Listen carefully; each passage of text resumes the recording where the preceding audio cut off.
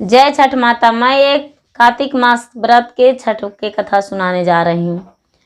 तो 2021 में नहाई खाई है 8 तारीख का, और जो खरना कहते हैं, लोहंडा कहते हैं, बहुत अनेक जगह के अनेक भाषा है। तो लोहंडा है 9 तारीख का, और 10 तारीख का डाला छठ जो पहला अर्घ होती है, उपवास जो रहते हैं खष्टी, वो 10 तारीख का है। और 11 तारीख का पारण है, और समय से पारण है। सूरज उगने के बाद पारण कर लेने में कोई प्रदोष नहीं है। तो चलिए कथा की ओर बढ़ते हैं और आगे कथा सुनाते हैं। एक राजा थे और उनकी पत्नी थी। तो राजा साहब के पास एक दाई रहती थी। वो खाना बनाती थी राजा साहब के घर में, झाड़ू पोछा बर्तन किया करती थी, सारी काम करती थी। राजा उसको कभी भी गैर नहीं समझे थे, अपना परिवार के बराबर समझते थे, क्योंकि उनके बच्चे का देखभाल भी वही करती थी और उनके घर में बहुत अच्छे से रहती थी। वो जो दाई थी वो बहुत बड़ी पुजारी थी। वो भगवान सूर्य का पूजा करती थी और प्रत्येक रविवार को सूर्य भगवान के मंदिर जाती थी और सूर्य भगवान के दूध चढ़ाती थी, धूप दीप जलाती थी। तो कार्तिक मास का दिन आया, तो कार्तिक मास का उपवास व्रत छठ व्रत करती थी, छठ का त्योहार करती थी। तो छठ का त्योहार करती थी तो ये सब जो राजा थे वो नापसंद करते थे, उनको बिल्कुल पसंद नहीं था छठ पर्व। वो कहते थे कि एक सब ढोंग है, ये जो छठ पर्व है ये सब झूठ मूठ के करते हैं, ऐसा कोई नहीं, कुछ भी नहीं है। ये जो दाई थी वो छठ करती थी। तो नहाई खाई के दिन वो गई स्नान करने नदी। जब नदी गई तो राजा का एक पुत्र था। वो बोला अपने माँ से, माँ हम भी दाई माँ के साथ जाएं स्नान करने, हमें भी बहुत मन कर रहा है दाई माँ के साथ जाने के लिए। उसको माँ बोली, ठीक है बेटा, जाओ, चले जाओ दाई माँ के साथ। वो दाई माँ के साथ चली गई, स्नान करने को लिए चले गए। और जो दाई माँ थी वो नदी के अरार पर बैठकर और एक कटोरी में मिट्टी लेकर और फुलाने लगी और अपने बाल में लगाने लगी और बाल धोकर स्नान करने लगी। तो ये जो राजा का लड़का था वो दाई माँ से ना बताते हुए पानी में हिल गया। तो इसको जो पानी में सोस घरिया रहता है वो राजा का पुत्र का निगल गया।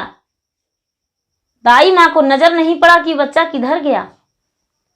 वो बाल धोकर स्नान की और स्नान करके इधर उधर ढूंढने लगी दाई माँ राजा को, बच्चा को। तो राजा को बच्चा वहां नहीं मिला।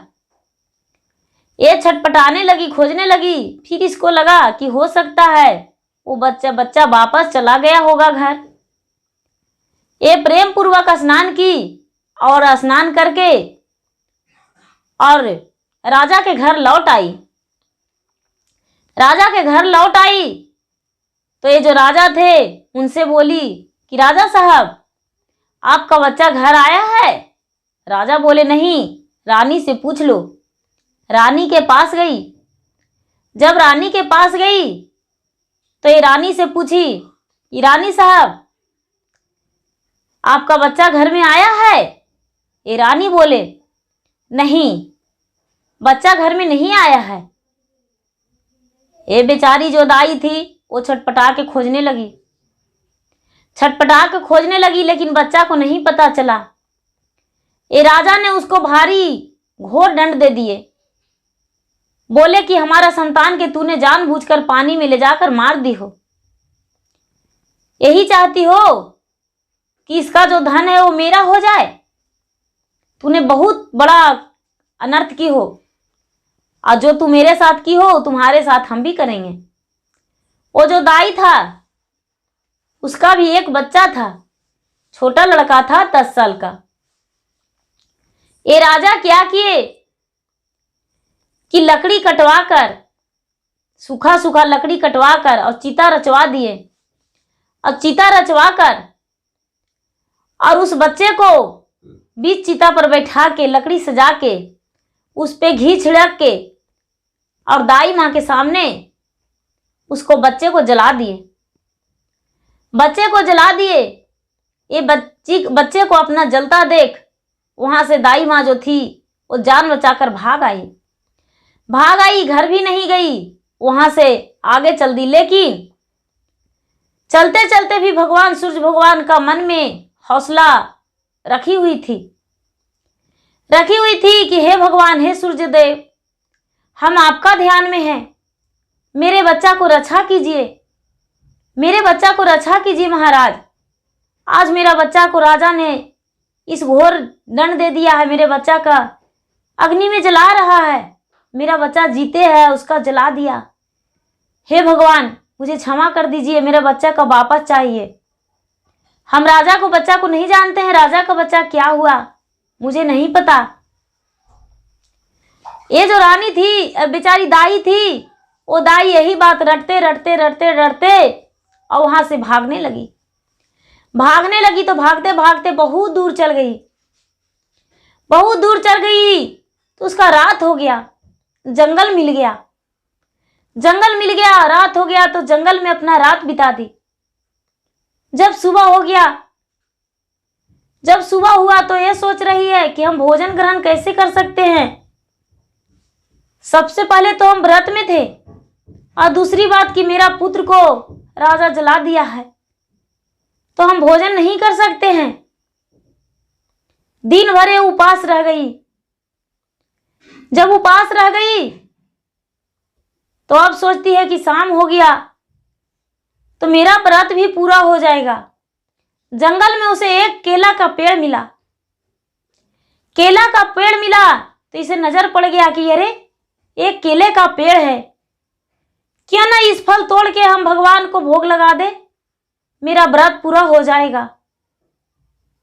ये बेचारी क्या की कि केले के पास गई तो देख रही कि उसमें 5 केला पका हुआ है, बाकी सारी केला कच्चा है और 5 केला पका हुआ है। ये क्या की उसमें से केले को तोड़ ली और तोड़कर और शाम का समय में जाकर किसी तालाब में किसी जगह पे स्नान कर ली।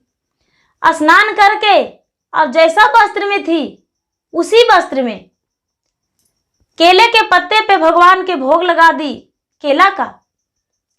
केले के पत्ते पे भगवान के भोग लगाकर और केले के पत्ते में पानी लाई थी, उसी पानी को दे दी और नहीं धूप और नहीं दीप, कुछ भी नहीं, हाथ जोड़कर भगवान के ध्यान में लग गई। हे भगवान, मेरा व्रत को पूरा कीजिए और मेरा पुत्र को वापस कर दीजिए भगवान। हे भगवान, हमने सारा दिन आपको ध्यान रखे हैं। हे छठ माता, षष्ठी माता, आप में यदि कृपा होगा तो मेरा पुत्र को वापस कर दीजिए। हमने कोई गलती नहीं किए हैं, हम राजा को पुत्र को नहीं मारे हैं, हम अपने पुत्र के समान ही राजा को प्यार करते थे, अपना दूध पिलाए हैं उसको, इसलिए मेरा पुत्र को वापस कर दीजिए और राजा का पुत्र कहीं भी हो उसका भी सुरक्षित लौटा दीजिए। ये बेचारी अपना मन में यही सोच के भगवान की प्रार्थना करने लगी। प्रार्थना करके और हाथ जोड़कर और जल गिराकर और थोड़ा सा वही केला में से ये भी खड़ना कर ली। खड़ना करके और जब सुबह हुआ तो ये सोचने लगी कि खड़ना तो हम कर लिए हैं, लेकिन आज उपवास है, आज भगवान को हम अर्घ कैसे देंगे। वो बेचारी पैदल चलने लगी जंगल में। चलते बहुत दूर चली गई। शाम हो गया तो देख रहा है कि बहुत सारे लोग नदी में अर्घ दे रहे हैं। इसे भी मन किया कि क्यों ना हम भी अर्घ दे दें, लेकिन हम देंगे तो किस प्रकार अर्घ देंगे? मेरे पास तो कुछ है ही नहीं, हम कैसे कैसे देंगे भगवान के अर्घ? इनसे नजर पड़ा कि अरे पान का कितना बढ़िया यहाँ पर एक लगा हुआ है, पान का पौधा है, पेड़ है, लतर है, इसमें से क्यों ना हम पान तोड़ लें और तोड़ कर दे देंगे। लेकिन ये भी बेचारी सोच रही है कि जिसका पान है यदि तोड़ेंगे तो मुझे बोलेगा, चोरी लगाएगा। लेकिन फिर भी ये मन में ठान लिए, भगवान का रचना था कि उसके पान मिल गया। ये पान तोड़ ली और फूल और पान तोड़कर गंगा में स्नान करके और सूरज भगवान के अर्घ देने को लिए जल में खड़ी हो गई। जल में खड़ी हो गई, सारा लोग भजन गा रहे हैं, उमंग कर रहे हैं, अर्घ दे रहे हैं, कुछ अलग ध्यान है।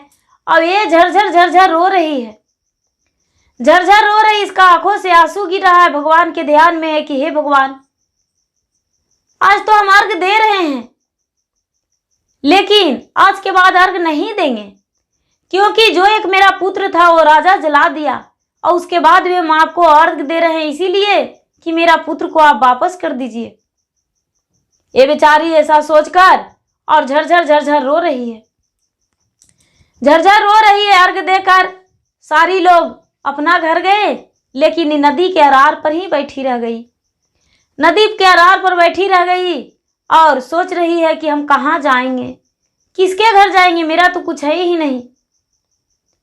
अब यहाँ पर ही बैठी रह गई और सुबह का अर्घ भी उसी तरह उसी कपड़ा पे और वहीं से पान और फूल तोड़ ली और तोड़ के और गंगा में स्नान करके और फिर से सुबह वाली भी अर्घ दे दी भगवान के ध्यान में, और उसी नदी के अरार पर बैठ गई। अर्घ देकर सारी लोग कहने लगे कि अरे ये भी एक व्रत में है, कष्ट में है, ये तो पान फूल से सिर पर अर्घ दिए हैं। उसे बहुत सारे जो माताएं बहने थे अर्घ देने वाले, उसे बहुत सारे प्रसादी दे दी। ये बेचारी आंचल फैलाकर प्रसादी ले ली, लेकिन एक भी प्रसादी नहीं खाई, चुपचाप आंचल में भर ली। और यहाँ पर जो इसका पुत्र था वो खूब सुंदर रूप में जैसे था, उसी तरह जिस वस्त्र में था उसी वस्त्र में जाकर राजा के दरबार पे खड़ी हो गया। छठ माता की कृपा था कि राजा के दरबार पे खड़ी हो गया, और राजा के दरबार पर खड़ी होकर और जाके कहने लगा, राजा साहब आप किधर हैं? आपके घर में मेरी माँ काम करती थी, मेरी माँ कहाँ गई? मेरी माँ घर पे नहीं है। राजा साहब चौंक गए और चौंक कर कहने लगे कि अरे इस पुत्र को तो हम जला दिए थे, फिर ये पुत्र कहाँ से आया? पूरा चकित हो गए और कहने लगे कि हम तो तुम्हें मार डाले थे, लेकिन तूने कैसे फिर से आ गया वापस? ये कहते हैं, राजा साहब आप तो मुझे मार ही दिए थे, सच बात है, लेकिन मुझे फिर से जन्म दिए हैं सूरज भगवान, मुझे छठ माता ने जिलाए हैं, इसलिए हम अपने माता को खोजने आए हैं। राजा साहब बताए कि तुम्हारा माँ नहीं है, लेकिन तुम मेरे पास रहो। और ये जो राजा थे वो बड़े बड़े ऋषि मुनि के पास गए और जाकर पूछे कि वो जो दाई का बच्चा था वो कैसे जी गया, कैसे उस जीवित हो गया।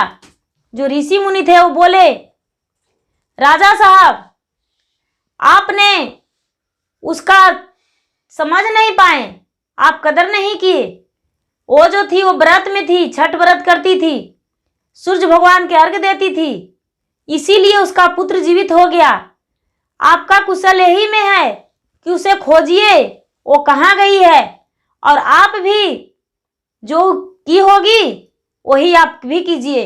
वो भगवान के अर्घ दे दी, आप उसके बच्चे को जला दिए, उसके बाद भी अर्घ देना वो नहीं छोड़ी, वो अर्घ भगवान को दे दी। इसलिए उसका भगवान जो थे सूरज भगवान उसका पुत्र को लौटा दिए हैं। उसको खोजिए।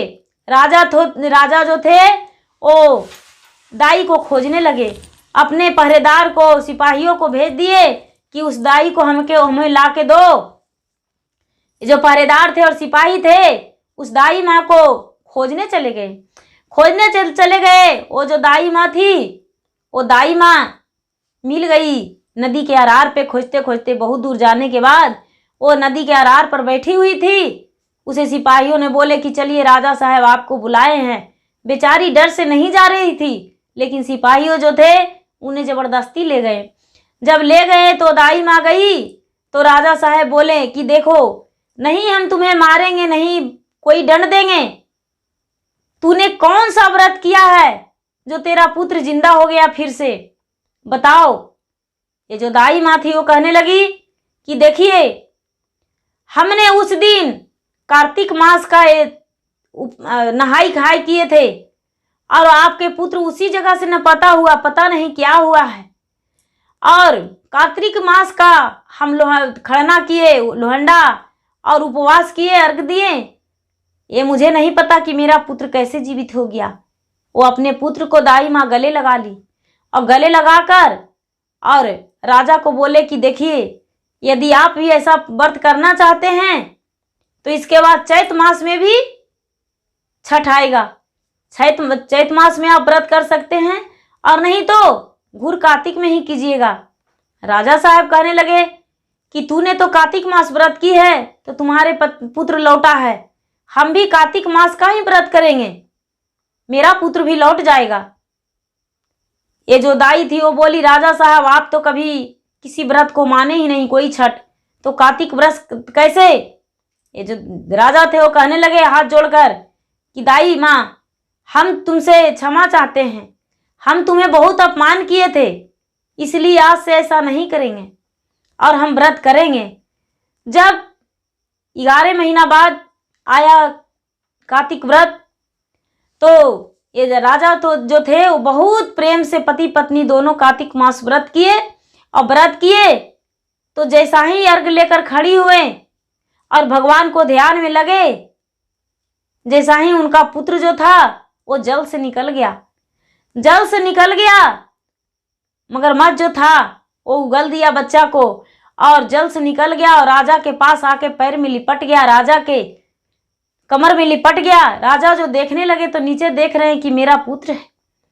सूर्य भगवान को प्रणाम किए और अर्घ दिए, बहुत मन से दिए अर्घ देकर, और कहने लगे कि ये जो व्रत है, ये व्रत पुत्र को प्राप्ति होती है और इनमें बहुत शक्ति है। जो छठ माता हैं ये बहुत दयालु हैं, इनमें बहुत कृपा है, ये सब पे कृपा करते हैं।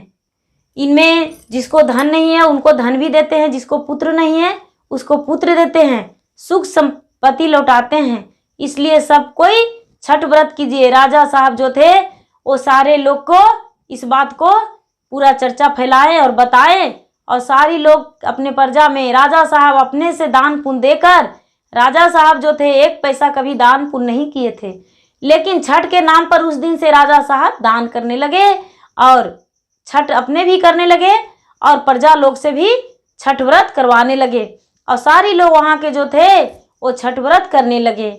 जय छठ माता।